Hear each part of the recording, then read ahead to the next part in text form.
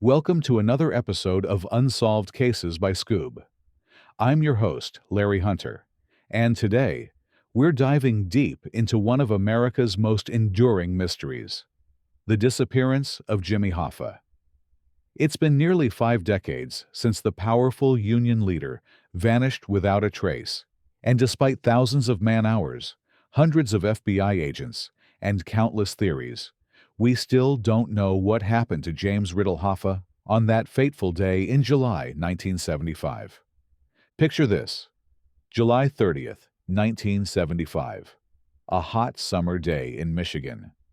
Jimmy Hoffa, one of the most powerful and controversial Union leaders in American history, drives to the Machus Red Fox restaurant in Bloomfield Township, Michigan. He's expecting to meet with Detroit mobster Tony Jack Giacalone and New Jersey mob boss Tony Provenzano. It should have been just another business meeting, the kind Hoffa had attended hundreds of times before. But Jimmy Hoffa never made it home that night. He never made it home again. What we know is this: Hoffa arrived at the restaurant, waited, and was eventually picked up by a car. Then, nothing. The trail goes completely cold. Despite the FBI's firm belief that Hoffa was murdered by the mafia, despite identifying 9 potential suspects early in the investigation, despite decades of searching, the case remains completely unresolved. 7 years later, in 1982, James Riddle Hoffa was declared legally dead. But for his family, for law enforcement, and for the millions of Americans fascinated by this case, the questions have never stopped haunting us. What really happened to Jimmy Hoffa? Who killed him? And perhaps most tantalizingly, where is his body? To understand why Hoffa disappeared, we need to understand who he was. Jimmy Hoffa wasn't just any Union leader. He was the Union leader. As president of the International Brotherhood of Teamsters, he commanded enormous power and influence. But with that power came dangerous connections. Let me tell you about the kind of man Hoffa was through the eyes of someone who knew him intimately, his personal driver from 1953 to 1956. This driver, whose name was Elkind, gives us a rare glimpse into Hoffa's world. Mr. Hoffa was an incredibly intimidating figure, Elkind recalls. He was fearless, rarely showed emotion or humor, and was completely devoted to his Union members. As a driver, you learn a lot because they often forget you're there. You just become part of the car, like an additional gear or brake. But working for Hoffa came with strict rules. On Elkind's first day, Hoffa introduced him to his bodyguards and laid down the law. There were rules, and then there were cardinal rules. Breaking a regular rule wouldn't have severe consequences, but breaking a cardinal rule, well, as Hoffa put it, you wouldn't be around the next day. The cardinal rule was simple but absolute. What you hear in this car stays in this car. This gives us insight into the world Hoffa inhabited, a world where secrets were currency, where the wrong word could be deadly, and where loyalty was everything. Hoffa's week was spent in New York conducting Union business, but he'd return to Detroit every weekend. Every Monday, Elkind would pick him up from LaGuardia and drop him off on Friday. For 3 years, Elkind was Hoffa's window into this dangerous world of Union politics and organized crime. Now, here's where the story gets really interesting and really dangerous. Hoffa's disappearance wasn't just about Union politics. It was about money, massive amounts of money.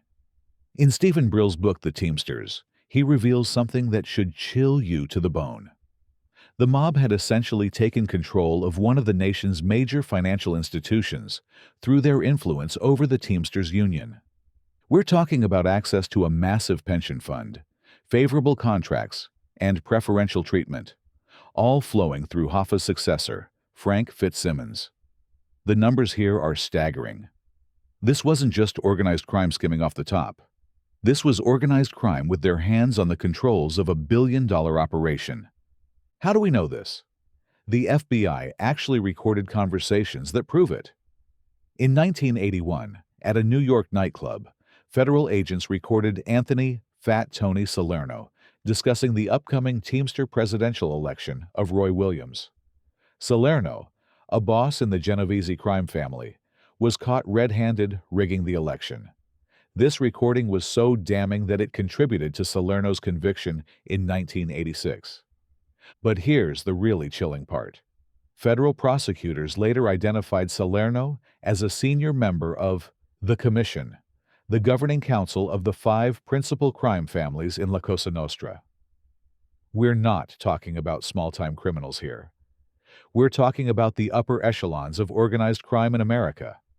And they had their hooks deep into the Teamsters. So why did they kill Jimmy Hoffa? The answer might lie in what happened in the days before his disappearance.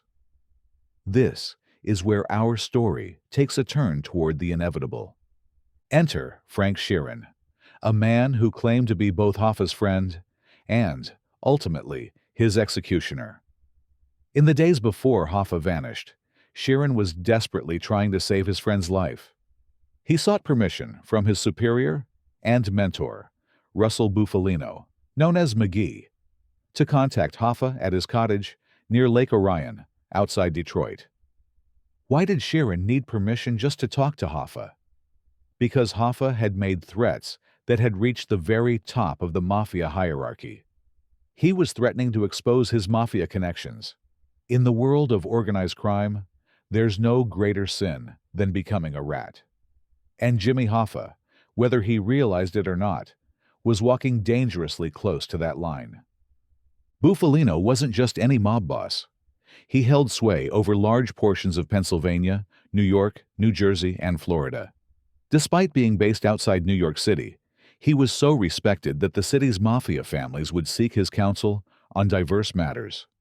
His influence was so significant that he was appointed as interim head of a mafia family following the murder of Albert Anastasia in New York. When Russell Bufalino was frustrated with you, you had a very serious problem. And he was growing increasingly frustrated with Jimmy Hoffa.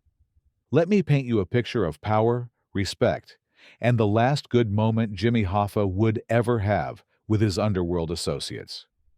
Just 9 months before his disappearance, Hoffa flew to Philadelphia to deliver a keynote speech at Frank Sheeran's tribute event at the Latin Casino. This wasn't just any dinner party. Over 3,000 people attended, including Russell Bufalino, the mayor, the district attorney, Sheeran's war comrades, and various underworld figures. The FBI was there too, monitoring the event and tracking attendees. Even Jerry Vale performed, singing Bufalino's favorite song, Spanish Eyes, highlighting the presence of the powerful crime boss.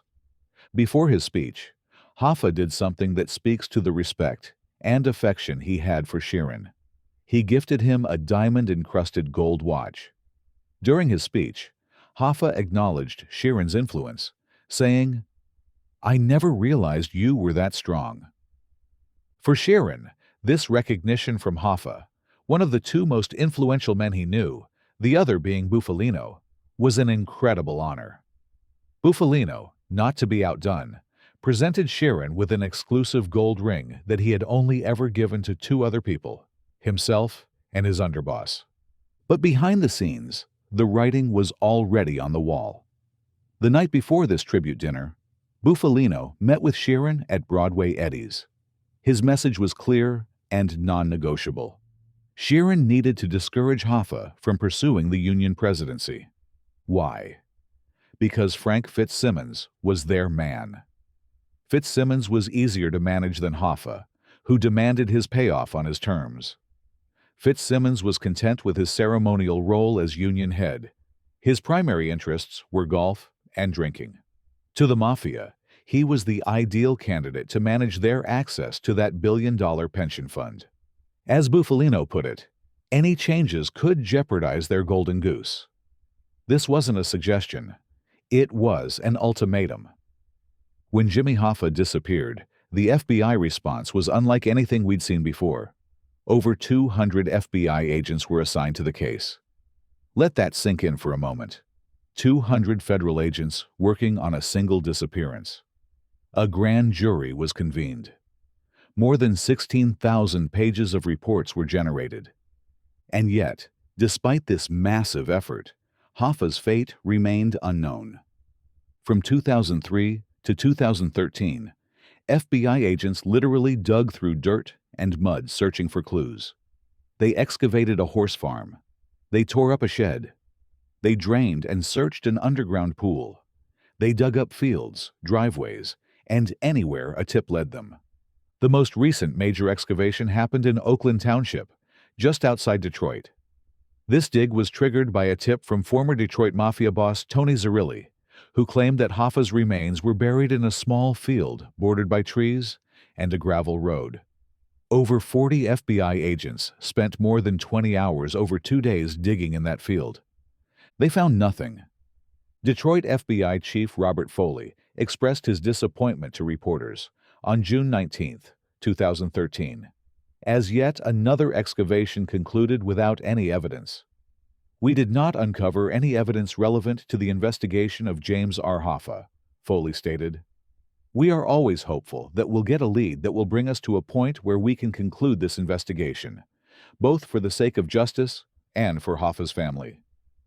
But here's something that should send chills down your spine. In the months leading up to Hoffa's 1975 disappearance, rumors were circulating at a Teamster convention that Hoffa was collaborating with the FBI. The FBI's own HOF-FEX file confirms these rumors existed, stating, "It has been rumored among sources that Hoffa, while attempting to regain control of the Teamsters, may have provided information to the government in exchange for a favorable decision concerning his union restrictions." If the mob believed Hoffa was talking to the feds, that would have sealed his fate immediately. Now let's talk about where Jimmy Hoffa might be buried, because over the years the theories have ranged from plausible to absolutely bizarre. Some claim his body was buried under Section 107 at the now demolished Giant Stadium in New Jersey. Others insist it was dissolved at a fat rendering plant, a particularly gruesome theory that speaks to the mob's creativity in body disposal. But there's one theory that stands out, and it comes from someone who knew Hoffa personally, his former driver, Elkind. When asked about Hoffa's disappearance years later, Elkind's voice rose with conviction. "I didn't witness it, but I'm certain that Mr. Hoffa is in the cornerstone of the Renaissance Center Hotel in Detroit." His reasoning? After his release from prison, Mr. Hoffa was trying to regain his position as leader of the Teamsters. The Renaissance Center was under construction in 1975, aimed at reviving Detroit's downtown area. A few weeks before the concrete was set to be poured, Hoffa vanished on July 30, 1975. All of the Teamster carpenters in Michigan were suddenly reassigned to prepare the concrete footings, which led to a mad rush to pour the concrete. This is why I'm certain he's in there. Elkind's theory gained some credibility when the FBI director, during a television interview with Larry King, said, "I'm not sure, but I think the Canadian driver is probably right." But here's where it gets really eerie. According to Elkind, after Hoffa's disappearance, a meeting was held at the Omni Hotel, across from the Renaissance Center. It was attended by the heads of the Detroit Mafia, led by Tony Giacalone. At the end of the 3-day meeting, Giacalone suggested breakfast at the Renaissance Center. As they crossed the glass walkway from the Omni to the Renaissance, Giacalone allegedly said, "Say good morning to Mr. Hoffa, boys." For Elkind, this was proof enough that Hoffa's remains were indeed entombed in the hotel's foundation. Now we come to perhaps the most tragic figure in this entire story, Charles "Chucky" O'Brien, Hoffa's alleged adoptive son. The FBI's theory, which they've never publicly deviated from since establishing it weeks after Hoffa's disappearance, centers entirely on Chucky. According to the FBI, Chucky was the key to the whole operation. Acting on Tony Giacalone's orders, possibly with other accomplices, Chucky picked up Hoffa and delivered him to his killers, likely without knowing what was about to happen. The circumstantial evidence against Chucky is overwhelming. There were traces of Hoffa's scent and hair found in the car Chucky was driving that day. A maroon, 1975 Mercury Marquis. Chucky had abruptly canceled a trip to Toronto. He was seen at the Machus Red Fox on the day of the disappearance. He had meetings with Giacalone after Hoffa vanished. There were gaps in his timeline where no witnesses could account for his whereabouts. He had shown loyalty to Giacalone. He had been having a falling out with Hoffa, and he seemed unwilling to fully cooperate with investigators after the incident. The FBI believed that Chucky was one of the few people who could entice Hoffa into a car. Hoffa trusted him like a son.